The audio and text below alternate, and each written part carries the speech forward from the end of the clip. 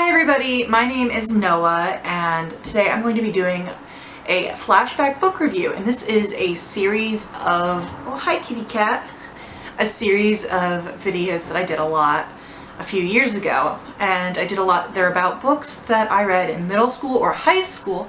Hi baby, are you napping? They were books I read in middle school or high school, and the idea is I reread them now as an adult. I'm 24 currently, and just see what I think of them now with my different opinions, the evolution of my mind growing up, that sort of thing. If you see me looking down, my cat is right underneath the tripod, so I'm just trying to make sure he doesn't knock it over. He's not used to me filming like this. So I thought we'd start with this book, which is called Far from Xanadu, and it is by Julie Ann Peters. It is from 2005 was when it was published. It was originally called something else. I'll put it down at the bottom or make a note of it somewhere.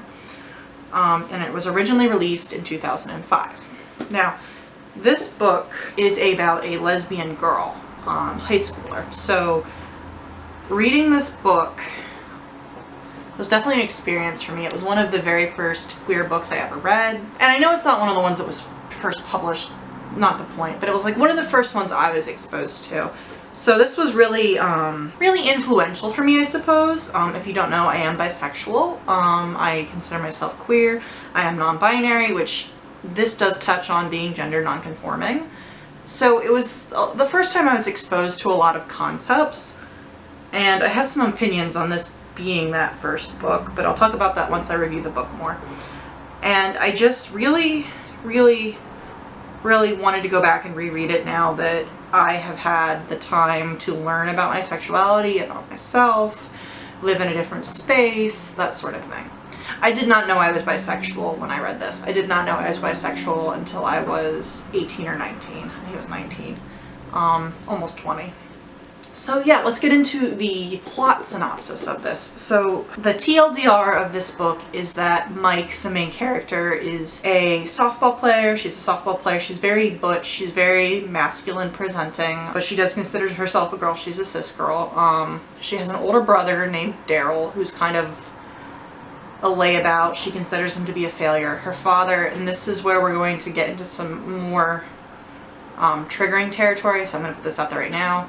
There's a lot of suicide talk, there's a lot of alcoholism in the book, there's a lot of fatphobia, that sort of stuff, a lot of depression, so if you can't handle that stuff, this might not be the book for you.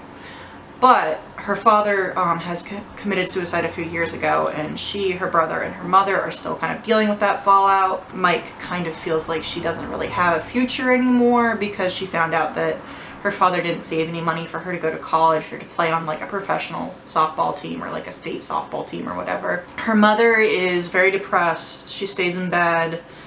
She eats a lot, and we'll get to that more later, but Mike has no relationship with her, and her relationship with her brother is very poor. So Mike's just kind of surviving day to day. She's well known in town. She lives in a very, very small town called Colton. It's out in the Midwest, I believe. I forget. I think it's in Kansas. We'll look at my notes in a minute. But the idea of the book is that Xanadu comes to town one day, and Mike falls in love with her. She's the new girl. She's staying with her great aunt, I believe. Her great aunt and great uncle, that are grandparents, out on a farm near where Mike lives, and Mike just falls head over heels in love with Xanadu and is just obsessed, which, I mean, we've all had a crush like that in high school. And her friend Jamie is like, look girl, she's straight, she's not for you. And Xanadu does not want to hear that, won't hear any of it, is convinced that she can like convince her to be with her, that sort of thing, or to give her a chance at least. There's a whole subplot going on with Mike being very good at softball. She's a catcher. She really, deep in her heart, wants to compete and go to college with this and that sort of thing, but she doesn't have any money for it. She's unwilling to ask anyone else for help, that sort of thing. And the town starts to raise money for her, and she has to deal with that, accepting that help. There's also the subplot of her wanting to be a plumber, wanting to take over her father's business, which was kind of run into the ground after her father died by her brother. So there's all these different stories going on at the same time. But the main overarching story is Mike's love for Xanadu, who I'm assuming is the person on the front of the book. So that's the main plot. Now I'm going to open up to my notes, and when I read these books, I take notes. You can see I'll have the page number. I usually write down the chapter, but I kind of forgot this time. I did say trigger warning for suicide. I thought that it was interesting. Are you making biscuits? Yeah. That's his favorite spot. I don't know how much of it you can see, but that's his favorite spot. I thought the name Colton, which kind of looks like Coal Town, was an odd name for a Midwestern town. It sounded kind of like a town that should be in West Virginia, but that doesn't really matter. On page 2 I mentioned she just wears boxers to school as shorts. I would have been murdered by classmates if I did that. Also there's a dress code. Like, that was something I thought was kind of interesting. Mike is always wearing boxers as shorts to school, and maybe that's a thing people do. I have no idea. I feel like it's something somebody may do accidentally and then be embarrassed, but okay. There's a lot of drug mentions as well. Page 9 is when you find out explicitly that Mike is a girl. I'm assuming this is intentional on the author's part. She does not really... I'm sorry for all that beeping out there. I don't know if you can hear that with the microphone, but we're just gonna push on. Mike is never really gendered by herself or anyone else, like with pronouns or anything, in the beginning of the book for the first like 10 pages. And I remember as a young teen, probably like 14 would be my guess, maybe 15, reading that and just being floored on page 9 when I found out that Mike was a girl. It blew my mind for whatever reason. I guess that was just me being assumptive, if that's a word. If not, it is now.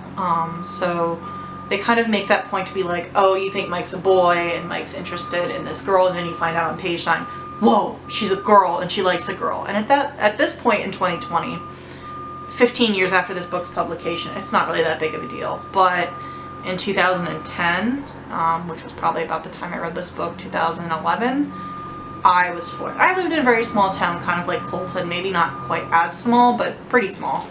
So that was, a big deal to me. Chapter 2, she talks about hating her sexuality and her appearance. So there's a lot of that in the book. That's another thing. Mike kind of hates on herself for being a lesbian, for being gay. She's very adverse to the word queer. She doesn't even like saying she's gay or lesbian or other terms that I'm not going to use because I don't feel comfortable using them. And there's a lot of her not accepting that. And you'll see there's a theme of acceptance and needing to accept things throughout this book, and we'll talk about that more later. But that's one of the things that I felt was kind of hard to read. I know this is something people do go through in real life, but like looking back on it now as a person who has come to accept my identity, both in terms of gender and sexuality not being what I thought it was before, that sort of thing. Hey. No, we don't knock things on the floor. Ravioli. Oh my gosh. You gotta be good. Anyways, it's just kind of painful to read that and know that I saw that as a young teenager and probably thought, oh, this is normal. Lesbians hate themselves. That sort of thing. She says she wanted to be a boy as a girl but got over that, which kind of hurts painfully as a non-binary person. But, that's fine. People experiment with gender. That's not, I noticed I mentioned a bit about, wow, she's nasty to her mom. I get it, but ow. Her mother is very, very overweight. She's very fat. And to Mike, this is the worst thing in the world. Every insult she ever gives her mother has to do with her weight. So I found an example on page 94. Now, I'm going to warn you, this is, if you're sensitive to fatphobic things and just that sort of thing, skip ahead, or maybe just, because, I don't know, I found all of this just very vile and vicious. I understand why she has a bad relationship with her mother, but it really, really struck me as incredibly cruel. Jabba the Hutt was splayed along the entire breadth of the sofa with a TV tray perched between her tree trunk legs. She was eating a Mrs. Smith's cherry pie directly from the tin.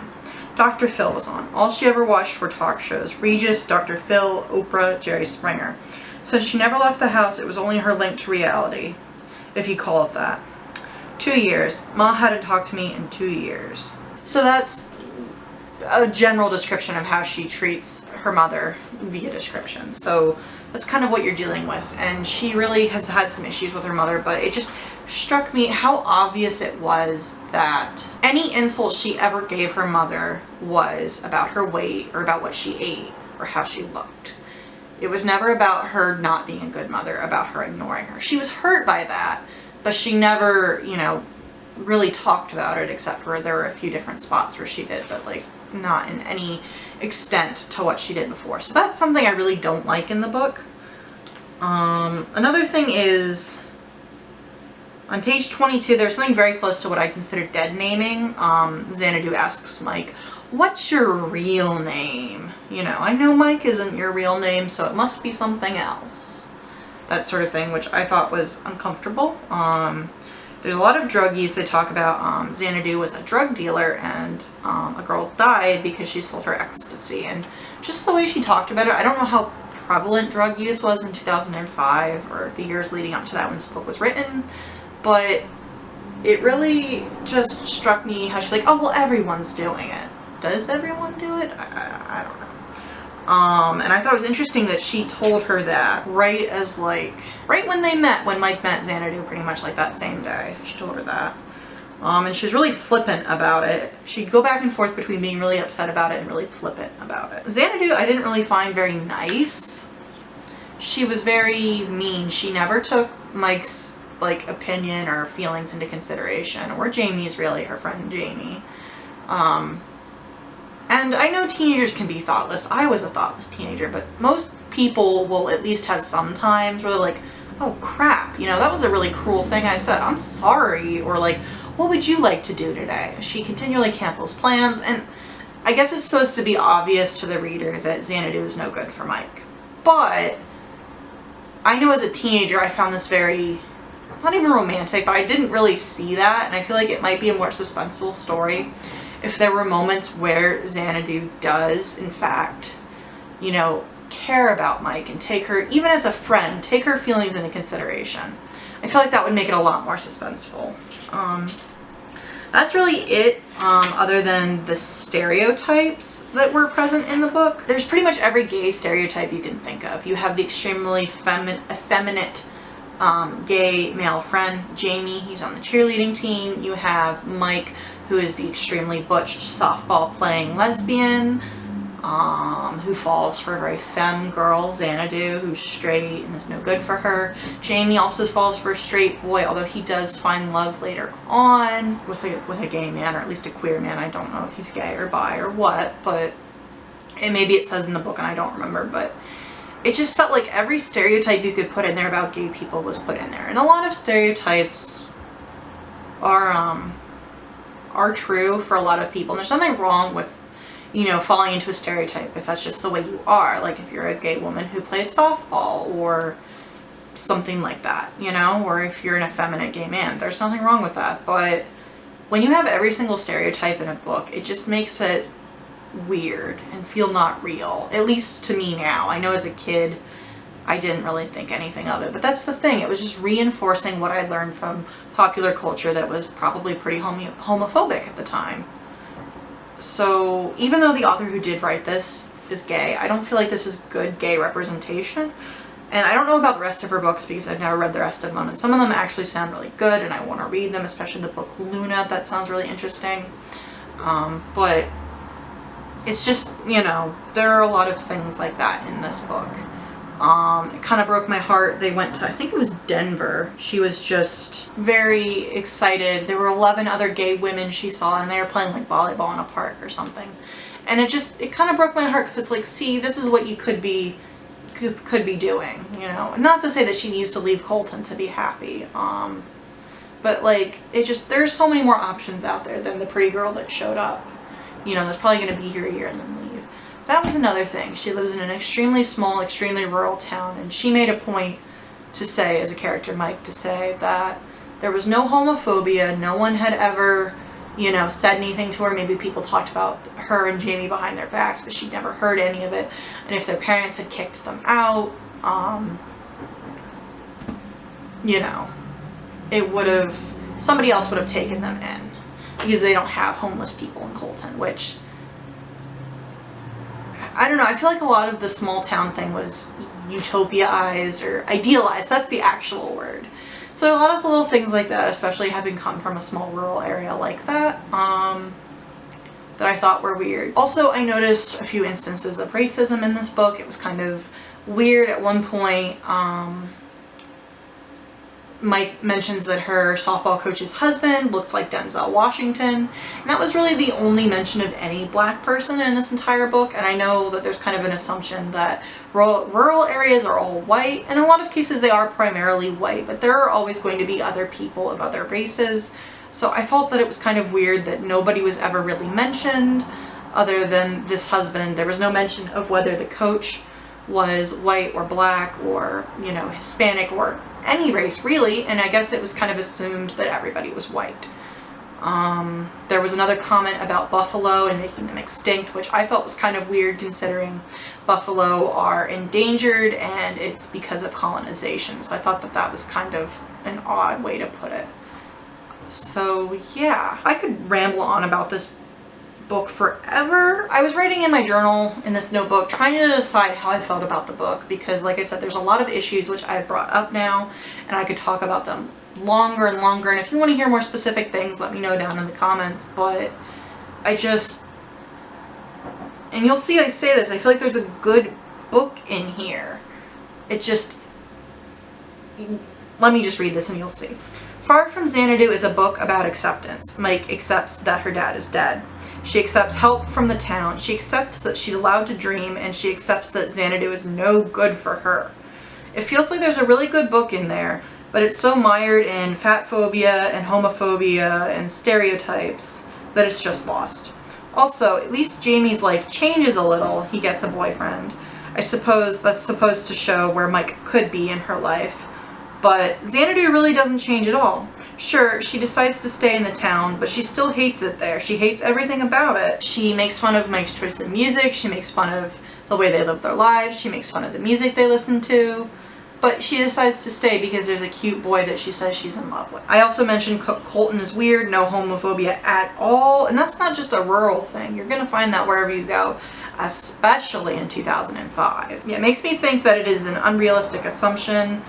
It kind of reminds me of the I'm not blank, but, you know, I'm not homophobic, but, and these stereotypes are okay to internalize because the book said so. So those were my, like, final thoughts on the book as I was trying to decide how I felt about it. So I would say I'm ambivalent about it. I wouldn't say don't read it, because, like I said, there's a good book in there, but I would say be prepared to kind of wade through some bullcrap. And I think it was probably pretty revolutionary for its time in 2005, because things were a lot different 15 years ago. And I think that books for teens that describe gay, queer, trans life are very important, because it helps them normalize these things, whether they are part of the LGBT group or not. However, I don't think this book is necessarily one of them. I have mixed emotions about it. I can't say whether I recommend it or not. I do not think it should definitely be anyone's introduction to queer people or queer literature. I do think, though, that it was probably pretty formative for the time. Yeah, so if you'd like to see more of these, I do have a playlist of flashback book reviews. I also have lots of studio vlogs, tarot videos where I go through decks. I pretty much make videos on anything that catches my interest. So yeah, let me know if you enjoyed these, and I have another book very similar to this that I'm looking forward to rereading, and I have a whole list of books on thrift books where I can get these old paperbacks for pretty cheap. I usually donate them after I'm done. So yeah, that's that. I hope you enjoyed. I hope I can edit this into something coherent, because like I said, it's been a while and I'm kind of out of the loop. Yeah, I hope you guys are having a great day, weekend, whatever. I hope it's a good one. Bye!